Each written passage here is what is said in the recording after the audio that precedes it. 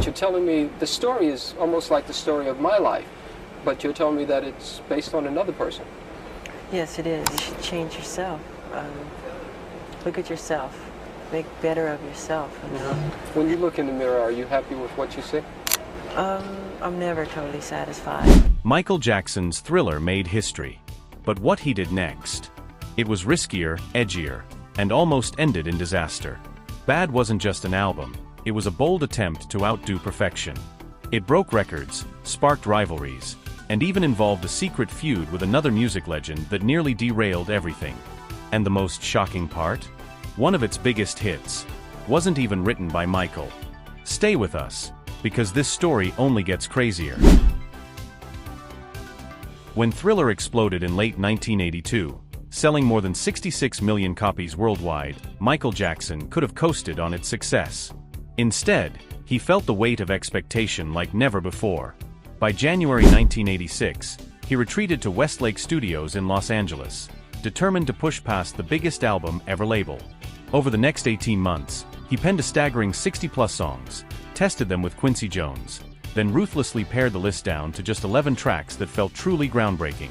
Michael's perfectionism reached new heights. He'd spend 12-hour days reworking vocal takes until every breath, every whisper, even every breath-sucked gasp, sounded exactly how he envisioned. Engineers remember him demanding unheard-of precision, sometimes redoing an entire track because a single cymbal hit didn't pop right. At one point, he flew to New York to chase a fresh acoustic vibe, only to scrap the recordings and return to LA a week later with even more exacting notes.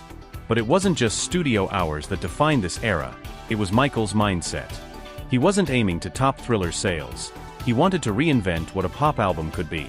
Gone was the blockbuster spectacle of disco-infused anthems. Instead, he chased a harder edge and darker themes.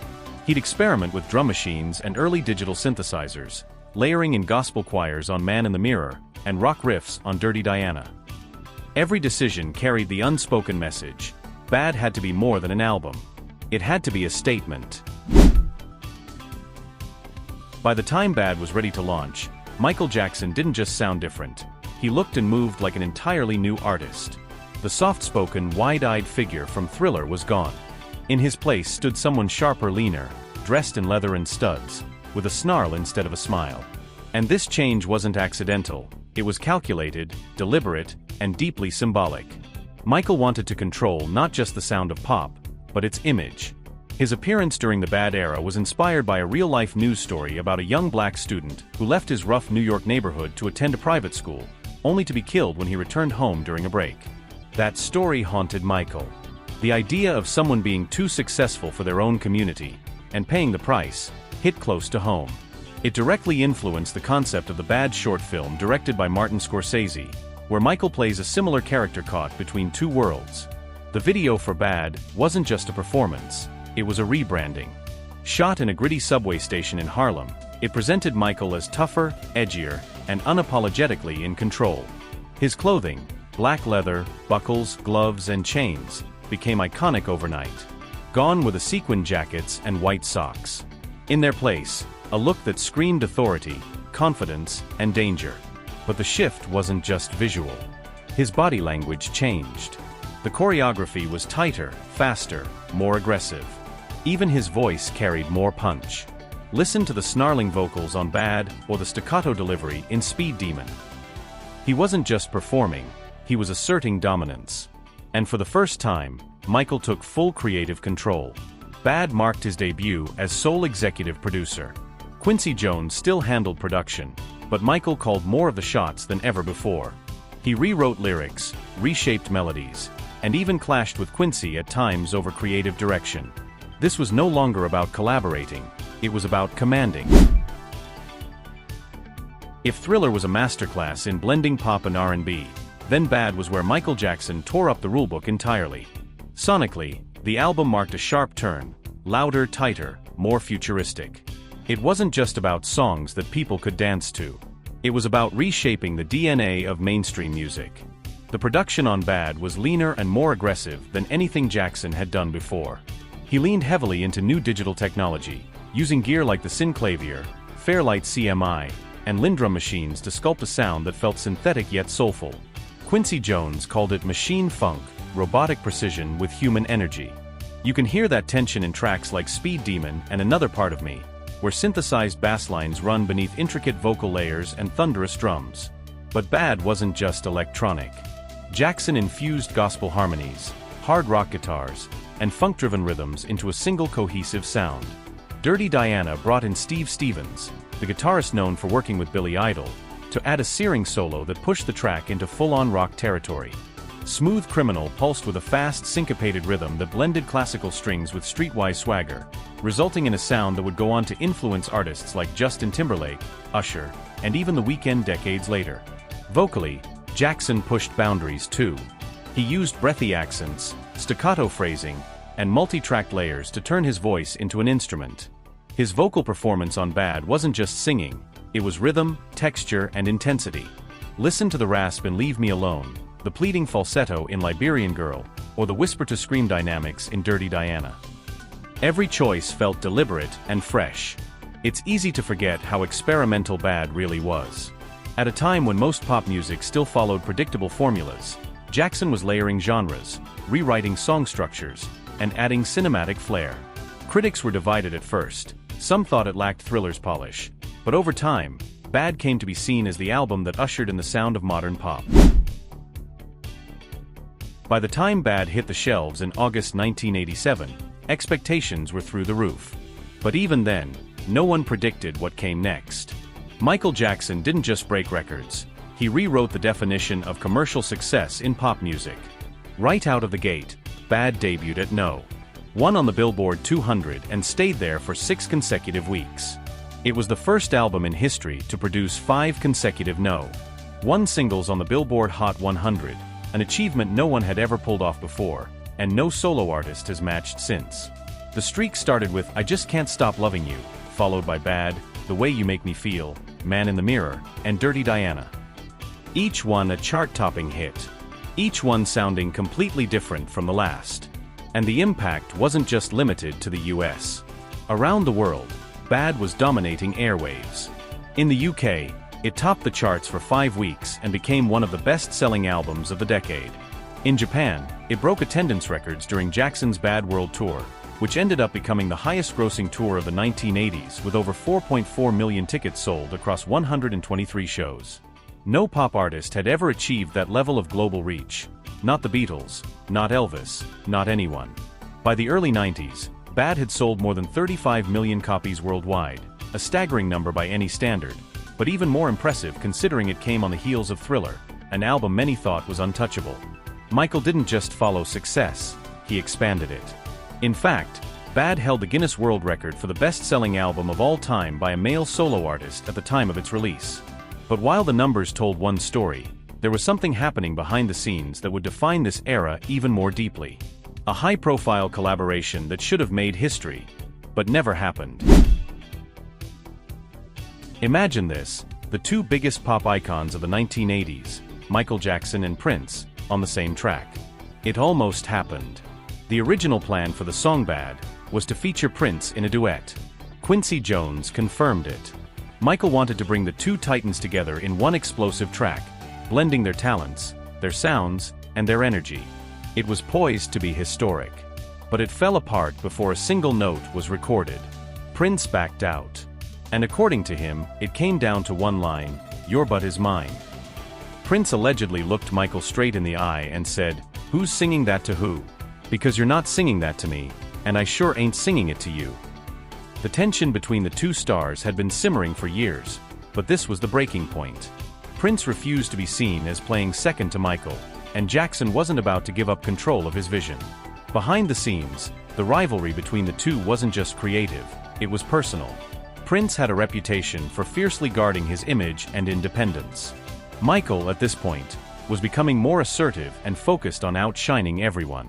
They respected each other's talent, but they were never close. In fact, when Bad was released without Prince, some fans wondered if that was intentional, a statement that Michael didn't need anyone else to dominate the charts. Years later, Prince would confirm that the collaboration was real, but that their personalities simply didn't mesh. What's more interesting is how this non-collaboration shaped pop history. Had they joined forces, it could have opened the door for more genre-blending collabs between icons. Instead, it became one of the biggest what-ifs in music. Still, Jackson didn't slow down. Without Prince, Bad hit harder. And what came next wasn't just another hit, it was the emotional centerpiece of the album. Among the explosive beats, aggressive vocals, and edgy image of Bad, one song stopped everything cold. It didn't rely on flashy production, intricate choreography, or bold fashion. It relied on something simpler: sincerity. Man in the Mirror wasn't just a hit. It was a statement. And surprisingly, Michael Jackson didn't write it. The track was penned by Siedah Garrett and Glenn Ballard, a songwriting duo who were relatively unknown at the time. When they presented the demo to Quincy Jones, he instantly knew it was special. Michael listened, paused, and then said, "I want to sing that." It was the only song on Bad that Jackson didn't have a writing credit on, but his performance made it unforgettable. Musically, the song builds slowly. A simple keyboard intro, then layered vocals, then a full gospel choir. The production is cinematic but controlled. There's no rush, it gives Michael room to breathe, to reflect, to preach. His vocals move from soft introspection to full-blown conviction. It's a performance, yes, but it feels like a personal reckoning. Lyrically, Man in the Mirror confronted themes few pop songs dared touch at the time: poverty, injustice, personal accountability. Lines like "I see the kids in the street, with not enough to eat" weren't metaphors. They were headlines. And the hook, "If you want to make the world a better place, take a look at yourself and make a change," became one of the most quoted lyrics in pop history. The song hit No. 1 in early 1988, becoming one of Jackson's most impactful singles, not just in charts, but in message. It was used in documentaries, memorials, and even global campaigns long after its release. It humanized Michael at a time when his fame was growing so massive it was almost otherworldly. And it proved something important: even on an album built around dominance and reinvention, Jackson hadn't lost touch with the emotional core that made people connect with him in the first place. Despite Bad's massive success, Michael Jackson couldn't escape the growing storm that surrounded his personal life. For the first time in his career, the music wasn't the only thing the world was talking about. The Bad era marked the beginning of a long, complicated shift, one where controversy started to follow Jackson as closely as his chart toppers. Critics began to fixate on his appearance. His skin was noticeably lighter, his jawline more defined, his nose more narrow. Tabloids speculated endlessly about plastic surgeries, often with little evidence and even less sensitivity. The real story: Jackson's diagnosis of vitiligo, a condition that causes skin pigmentation to fade, wasn't publicly confirmed until years later. But by then, the media had already started building a narrative that painted Michael as strange, secretive, and other. The video for "Leave Me Alone," released later in the Bad campaign, was Jackson's answer. Hidden as a bonus track on the CD version of the album, it became a scathing visual rebuttal to the press. The entire video is a surreal animated takedown of the rumors. Michael dances with a giant tabloid machine, floats through headlines calling him bizarre, and rides a roller coaster built from false stories.